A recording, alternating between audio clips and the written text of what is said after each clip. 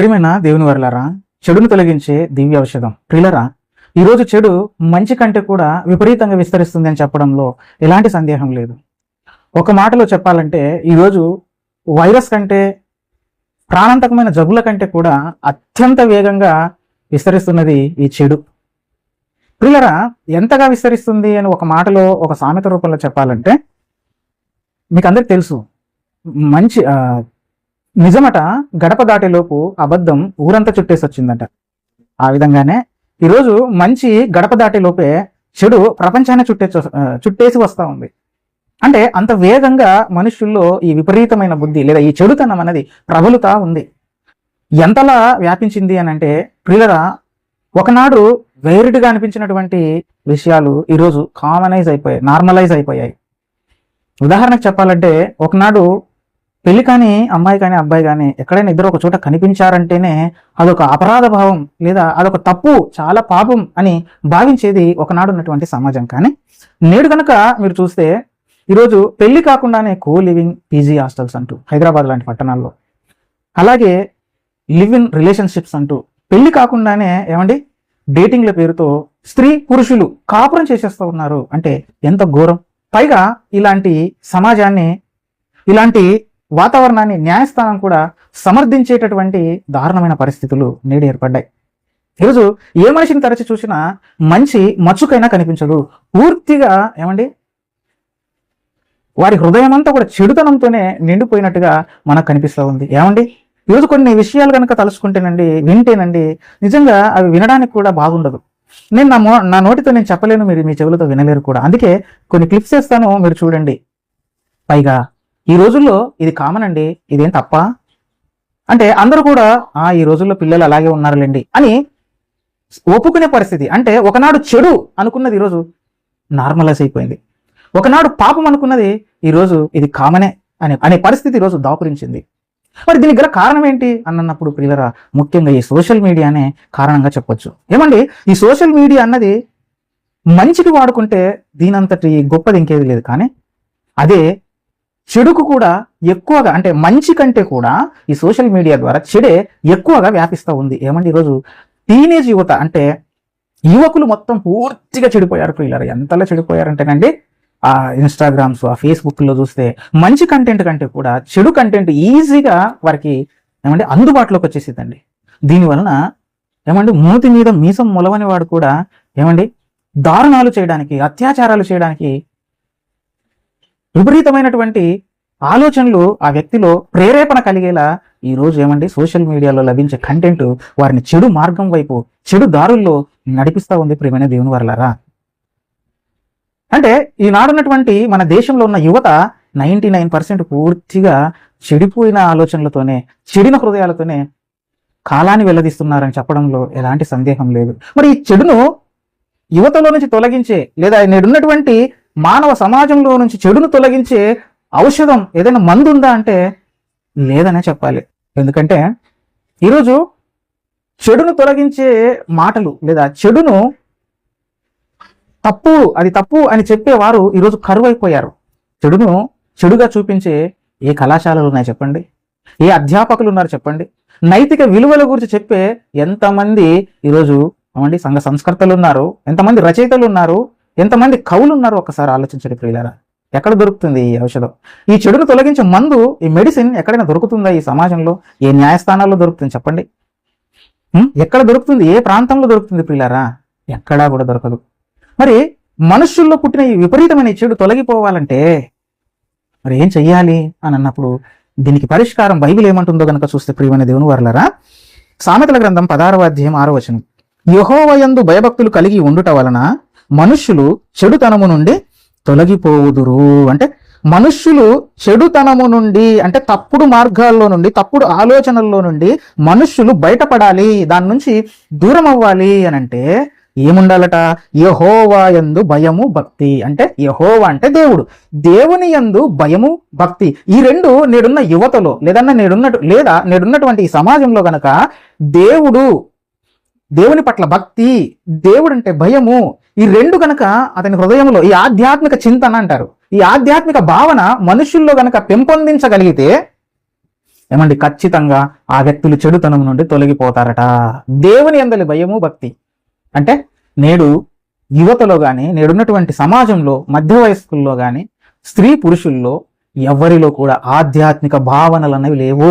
దైవ చింతన, దైవ భీతి, దేవుని పట్ల భక్తి, ఈ ఆలోచనలు ఈరోజు ఏ పిల్లవానిలోనూ, ఏ టీనేజ్ యువకుడిలోనూ మనం చూడలేకపోతున్నాము. ఎవరిలో ఇది కనిపించడం లేదు. మరి ఈ ఆధ్యాత్మిక భావన, దేవుని యందలి భయము భక్తి పెంపొందించడానికి అవసరమైన సాధనం మరి భూమి మీద ఏదైనా ఉందా అని అంటే, ప్రియులరా, బైబిల్ ఏమంటుందో చూస్తే కీర్తనల గ్రంథము 139:38 వచనం చూద్దాం. నీవిచ్చిన వాక్యము మనుష్యులలో నీ భయమును పుట్టించుచున్నది. మరి మనుషులు చెడుతనం నుండి తొలగిపోవాలంటే దైవ భీతి ఉండాలి. పాప భీతి అంటే అపరాధ భావన, అంటే పాపం చేస్తున్నాను, నేను తప్పు చేస్తున్నాను, దేవుడు దండిస్తాడు తప్పు చేస్తే అనే ఈ భయం, ఈ భక్తి మనిషిలో పెరగాలంటే అతనికి ఇవ్వవలసిన ఔషధం ఏంటి అని అంటే, అతనికి ఇవ్వాల్సిన మెడిసిన్ ఏంటంటే, అంటే దేవుని యందలి భయం భక్తి రావాలంటే అతనికి మనం ఇవ్వాల్సిన ఆ ఇంజెక్షన్ లేదా మందు ఏంటి అని అంటే వాక్యము అట. అంటే నీవిచ్చిన వాక్యం, అంటే ఈ ప్రపంచ మానవాళికి దేవుడు వాక్యము అనే ఒక ఔషధాన్ని ఇచ్చాడు 66 పుస్తకాల రూపంలో. ఈ వాక్యమట మనుష్యునికి చెబితే, ఈ వాక్యమట మనుష్యుడు వింటే, దానిని చదివితే ఏమండి అతనిలో ఏం పుడుతుందట? భయం. ఎవరి పట్ల భయము? దేవుని పట్ల భయం. దేవుని పట్ల భయం పుడితే ఆటోమేటిక్గా పాపానికి మనిషి దూరంగా ఉంటాడు, చెడు ఆలోచనలకు దూరంగా ఉంటాడు, చెడ్డ దారిలో నడవాలని అనుకోడు. ఎందుకంటే వాక్యానికి మనిషిని మార్చగలిగిన శక్తి, వాక్యము ఏమండి మనిషిని గద్దించగలిగిన అర్హత ఒక వాక్యానికి తప్ప ఈ ప్రపంచంలో ఏ మనుష్యునికి లేదు. ఎందుకంటే ఏమండి ఒక వ్యక్తిని చెడు దారి నుంచి నువ్వు తొలగిపోవాలి, నువ్వు తప్పు చేస్తున్నావు, ఇది తప్పు అని చెప్పాలంటే కూడా దానికి అర్హత ఉండాలి. ఏమండి నేనే తాగుబోతును, నేనే తిరుగుబోతును, నేనే తిట్టుబోతును, నేను వెళ్ళి మరొక వ్యక్తికి అలా ఉండకూడదు, అలా చేయకూడదు, తప్పు అని చెప్తే ఆ వ్యక్తి నా మాట ఎందుకు వింటాడు? అంటే ఒక వ్యక్తిని ఇది చెడు నాయనా, ఇది తప్పు అని చెప్పాలంటే అతడు ఆ పాపం చెయ్యని వాడై ఉండాలి, ఆ తప్పు చెయ్యని వాడై ఉండాలి, నలుగురికి ఆదర్శప్రాయుడై ఉండాలి. అలాంటి వ్యక్తి చెబితే ఆ వ్యక్తి ఆలోచిస్తాడు, అతనికి లోబడతాడు. మరి ఇక్కడ మనుష్యులను మార్చగలిగే శక్తి, మనుష్యుల భయం, దేవుని పట్ల పాపం పట్ల దూరంగా ఉండాలనే ఆ భయము పుట్టించే ఆ శక్తి దేనికి ఉందట? వాక్యానికి ఉందట. ఇంతకు వాక్యం అంటే మనకు తెలుసు, ఆ వాక్యమే శరీరధారి కృపాసత్య సంపూర్ణుడిగా మన మధ్య నివసించెను. ఆయన one and only Jesus Christ. ఏమంటే ఈ రోజు పాపాన్ని తొలగించే శక్తి, పాపం నుంచి మనుష్యులను విడిపించి అతని ఆలోచనలను సక్రమమైన దారిలో పెట్టగలిగినటువంటి ఏమండి ఒకే ఒక ఆదర్శమూర్తి, పాపము లేని పవిత్రుడు ఎవరయ్యా అంటే యేసుక్రీస్తు ప్రభుల వారే. ఏమండి ఈ రోజు ఆయనలో పాపము ఏ వ్యక్తి స్థాపించలేడు. అందుకైనా నాలో పాపం ఉన్నదని మీలో ఎవరు స్థాపించగలడు? అంటే పాపము చెయ్యని వ్యక్తి, పాపాన్ని జయించినటువంటి వ్యక్తి ఏమండి ఆయన చెబితే, ఆయనను అనుసరిస్తే ఆ వ్యక్తి మారిపోతాడు. ఆయన వాక్యాన్ని వింటే, అంటే ఆయన మాట వింటే, ఆయనను అనుసరిస్తే, ఆయనను ఫాలో అవుతే ఏమండి ఆ వ్యక్తి చెడుతనం నుంచి దూరంగా తొలగిపోతాడు. ఆ వ్యక్తి మాట మనిషిలో భయం పుట్టిస్తుంది. ఎందుకంటే పిల్లరా, ఈరోజు ఈ 66 పుస్తకాల గ్రంథములో చెప్పబడినంత పరిశుద్ధత గూర్చి ఇక నాకు తెలిసి ఏ గ్రంథములో పరిశుద్ధతను ఇంత నొక్కి వక్కానించి ఇంత సీరియస్ గా చెప్పిన గ్రంథాలైతే ఈ ప్రపంచంలో ఎక్కడ కానరావు. పాపము చెయ్యకూడదు, పవిత్రంగా ఉండాలి, పరిశుద్ధంగా ఉండాలని చెప్పి ఈ బైబిల్ గ్రంథంలో ఏమంటే 1000 నుంచి 1100 సార్లు ప్రస్తావించబడింది పిల్లారా. దీని పేరే పవిత్ర గ్రంథము, హోలీ బైబిల్ అన్నారు. అంటే పవిత్రతను, పాపాన్ని ఎక్కువగా అసహించుకోమని చెప్పే ఏకైక గ్రంథం బైబిల్. ఎక్కడ మనం పాపాన్ని చేయడానికి ఆస్కారం ఇవ్వని, పాపం చేద్దామన్న అసలు ఆస్కారం ఇవ్వని మాటలు బైబిల్లో తప్ప ఎక్కడ లేవు. మిగతా ధర్మాలలో మనం చూస్తే పిల్లరా, ఏ వ్యక్తులనైతే ఆధారంగా చేసుకుని, ఏ వ్యక్తులనైతే ఉన్నత వ్యక్తులుగా చూపించి రాశారో ఆ వ్యక్తులే పాపం చేసిన వారిగా మనకు కనిపిస్తారు, ఆ వ్యక్తులే వ్యభిచరించిన వారిగా మనకు కనిపిస్తారు. అలాంటి వ్యక్తులే పాపం చేసినప్పుడు దాన్ని అనుసరించే వ్యక్తులు కూడా ఎందుకు పాపం చెయ్యరు? ఎందుకు పాపానికి దూరంగా ఉండాలనుకుంటారు? నేను తప్పు చేసి ఈ తప్పు చెయ్యొద్దంటే ఏమంటే నేను వారికి ఆదర్శమూర్తిని ఎలా అవుతాను? నేను వాళ్ళకి ఎలా రోల్ మోడల్ అవుతాను? అంటే ఈరోజు ఏ గ్రంథాన్ని చూసినా ఈ ప్రపంచంలో ఏమండి ఏదో ఒక లూప్ హోల్ ఉంటుంది. అంటే పాపం చేయడానికి అవకాశం ఇచ్చిన గ్రంథాలే ఉన్నాయి. కానీ ఒక్క బైబిల్ మాత్రం పాపాన్ని విపరీతంగా సహించుకుంటుంది. ఒక్క మాటలు చెప్పాలంటే బైబిల్ పవిత్రత విషయంలో ఎలా చెప్పింది? పరిశుద్ధత లేకుండా ప్రభువును చూడలేవు అన్నది. అంటే నువ్వు పరిశుద్ధత లేకుండా నువ్వు ప్రభువునే చూడలేవు. అంటే పరిశుద్ధత అన్నది చాలా చాలా ఇంపార్టెంట్. పాపం లేని వారిగా పవిత్రమైన ఆలోచనలతో ఉండాలి ఉండాలి ఉండాలి అని చెప్పి నొక్కి నొక్కి చెప్పిన గ్రంథం బైబిల్. ప్రియమైన దేవుని వర్లారా, బైబిల్. అందుకేనండి ఈరోజు ఎవరు ఎందుకు మంచి చెడులు చెప్పలేకపోతున్నారు అని అంటే దానికి కారణం అందరూ ఆ చెడుతనంలోనే ఉండిపోతున్నారు. ఆ చెడుతనం చేసేవారిగానే ఉన్నారు. నేను సెల్ ఫోన్ చూస్తాను, పక్కన సెల్ ఫోన్ చూడొద్దని నేను చెప్పలేను. ఆ ధైర్యం నాకు రాదు. నేనే వ్యభిచరిస్తున్నా నేను మరలా నా పిల్లలకు నేను వ్యభిచరించకూడదు అని చెప్పలేకపోతున్నాను. నా ధైర్యం చేయలేకపోతున్నాను. ఎందుకంటే నా మనస్సాక్షి నాపై నేరం మోపుతా ఉంది. కాబట్టి ఈ విధంగా ఒక న్యాయస్థానంలో కూర్చున్న జడ్జి అతడు చెడుతనంలోనే ఉన్నాడు. ఒక కళాశాలలో విద్యాబుద్ధులు నేర్పే టీచర్ కూడా, పాఠశాలలో విద్యాబుద్ధులు నేర్పే టీచర్ కూడా చెడుతనంలోనే ఉన్నాడు. కాబట్టి ఆయన కూడా తన పిల్లలకు మంచి గురించి చెప్పలేకపోతున్నాడు. పిల్లలు కలిగిన తల్లిదండ్రులు కూడా వారు కూడా చెడుతనంలోనే ఉంటున్నారు. కాబట్టి వాళ్ళ పిల్లలకు చెడు చేయకూడదని చెప్పే ఆ సాహసం, ఆ గిల్టీ ఫీలింగ్ అనేది వారిని చెప్పనివ్వడం లేదు. అందుకే ఈరోజు సమాజం ఇలా తయారైపోయింది. కానీ తప్పుగా చెయ్యకూడదని చెప్పే అర్హత ఒకే ఒక్క గ్రంథానికి ఉంది, ఒకే ఒక్క వ్యక్తికి ఉంది. ఆయనే యేసుక్రీస్తు ప్రభుల వారు. ఆయనను అనుసరించేవారు పాపం చెయ్యరు. ఎందుకంటే ఆయన పాపం చేయలేదు. ఆయన పరిశుద్ధుడు కనుక నీవు కూడా పరిశుద్ధుడుగా ఉండాలి అని ఈ గ్రంథం చెబుతుంది. ప్రేమైన దేవుని వారలారా, అంటే చెడుతనం నుంచి మనుషులు తొలగిపోవాలంటే భయభక్తులు కలిగి ఉండాలి. ఆ భయభక్తులు ఎలా పుడతాయి? వాక్యాన్ని వినడం ద్వారా పుడుతుంది. కావున నాయన మరొక చోట ఒక మంచి మాట ఉంటుంది. 119 కీర్తనల గ్రంథంలో యవనస్తులు దేని చేత తమ నడతను శుద్ధిపరుచుకుందరు? నీ వాక్యమును బట్టి దాన్ని సరిగా చూసుకున్నట్టు బట్టి కదా అని అంటాడు. అంటే ఒక యవనస్తుడు తన నడత శుద్ధి చేసుకోవాలి, పవిత్రంగా ఉంచుకోవాలి, తన పవిత్రతను ఒక యవనస్తురాలు కాపాడుకోవాలి.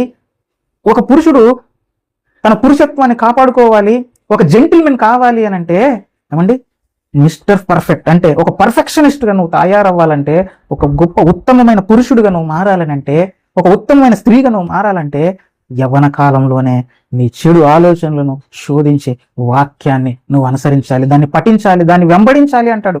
హెబ్రీ పత్రికలో చూడండి ప్రియులారా, హెబ్రీ పత్రిక 4వ అధ్యాయం 12వ వచనంలో రాయబడిన మాట మీరు చూస్తే, ఎందుకనగా దేవుని వాక్యము సజీవమై బలము గలదై రెండంచులు గల ఎటువంటి ఖడ్గము కంటేను వాడిగా ఉండి ప్రాణాత్మలను కీళ్లను మూలుగలను విభజించునంత మట్టుకు దూరుచు హృదయము యొక్క తలంపులను ఆలోచనలను శోధించుచున్నది. ఎందుకండి వాక్యానికి మనిషి చెడుతనాన్ని మార్చే శక్తి ఉందంటే ఏమండి, చెడు ఆలోచనలను సైతం త్రిప్పివేయగలిగిన శక్తి, మనిషి ఆలోచనల్లోకి దూరిపోయే ఆ శక్తి వాక్యానికి ఉందట. అది రెండంచులు గల ఎటువంటి వాడిగల ఖడ్గము కంటే కూడా పదునైనది. ఇది శరీరాన్ని, ఆత్మను, మూలుగులను, నరములను అన్నిటిని శోధిస్తూ ప్రతి ఆలోచనను ఏమండి అది శోధిస్తుందట. తప్పు అపరాధ భావాన్ని నీలో కలిగిస్తుంది. ఇది తప్పు, నన్ను ఇది చేయకూడదు అని నేను గద్దిస్తుంది. నీ ఆలోచనలు సరిచేయగలిగినటువంటి ఏకైక ఔషధం అది వాక్యం.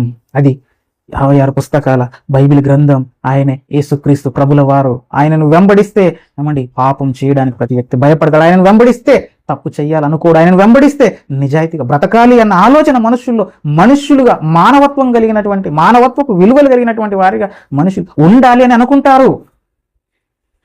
ఆ చెడుతనాన్ని తొలగించే శక్తి ఏమండి ఈ వాక్యానికి ఉంది ప్రియులారా. అందుకే నా ప్రియమైన యవన బిడ్డలారా, ప్లీజ్ దయచేసి, ఇప్పుడు మీకు పాపం చాలా అందంగా ఉంటది, మీకు అది చాలా సంతోషాన్ని ఇస్తుంది ఇప్పుడు. కానీ ఒకరోజు ఈ ఏజ్ దాటిపోయిన తర్వాత, ఈ వయసు దాటిపోయిన తర్వాత అది ఇచ్చే శిక్ష అంత ఇంత కాదు. మరలా నీవు ఆ తప్పును రెక్టిఫై చేయాలనుకుంటే ఆ పరిస్థితి కూడా, ఆ తప్పును దిద్దుకునే పరిస్థితి కూడా నీకు దక్కకుండా పోతుంది. నా ప్రియమైన యవన సహోదరులారా, ఒక్కసారి మీరు ఆలోచించండి. ఒక్కసారి ఇప్పుడు చేసే ఈ తప్పు నిన్ను జీవితకాలం మూల్యం చెల్లించేలా చేస్తుంది. నువ్వు రైట్ టైంలో రైట్ డిసిజన్ తీసుకోకపోతే అది నీ జీవితాంతం నిన్ను వెంటాడుతుంది. నువ్వు ఇప్పుడు గనక నీ ఆలోచనలు కంట్రోల్ చేసుకుని ఒక సక్రమమైన దారిలో పెట్టుకుంటే నీకు అది జీవితాంతం ఆనందాన్ని ఇస్తుంది, మంచి భవిష్యత్తునిస్తుంది. కాబట్టి తాత్కాలికమైనటువంటి, కొంతకాలం అల్పకాలం ఉండేటటువంటి ఈ యొక్క ఏమండి కోరికలకు మీరు బానిసలైపోయి మీ జీవితాలను నాశనం చేసుకోకండి. సక్రమమైన మార్గంలో నడవండి. యవన కాలమందు కాడి మోయట నరునికి మేలన్నాడు. యవన కాలంలో మీరు మీ జీవితాన్ని ఇవ్వాల్సింది ప్రేయసుల చుట్టూ, ప్రియురాల చుట్టూ, ప్రియుల చుట్టూ, ప్రేయస్ చుట్టూ తిరగడం కాదండి. సినిమా లోకంలో, సినిమా సినిమాల్లో చూపించిన విధంగా ఊహాలోకంలో తిరగడం కాదు ప్రియులరా. నా ప్రియమైన పిల్లలారా, దేవునితో ఎదగండి, దేవునిలో ఎదగండి. మీ బతుకు బాగుంటుంది, మీకు బంగారు భవిష్యత్తు దొరుకుతుంది. మీ జీవితం బాగుండాలంటే ఒక వాక్యమే మిమ్మల్ని సరిదిద్దుతుంది. ఈ వాక్యాన్ని అనుసరించే వారిగా మీరందరూ ఉండాలని ఆశిస్తూ, చెడును తొలగించే ఔషధం ఈ ప్రపంచంలో ఒకే ఒక దగ్గర దొరుకుతుంది, ఆయన యేసుక్రీస్తు వారి దగ్గర, ఈ బైబిల్ దగ్గర. ఈ బైబిలే చెడును తొలగించే దివ్య ఔషధం. వందనాలు.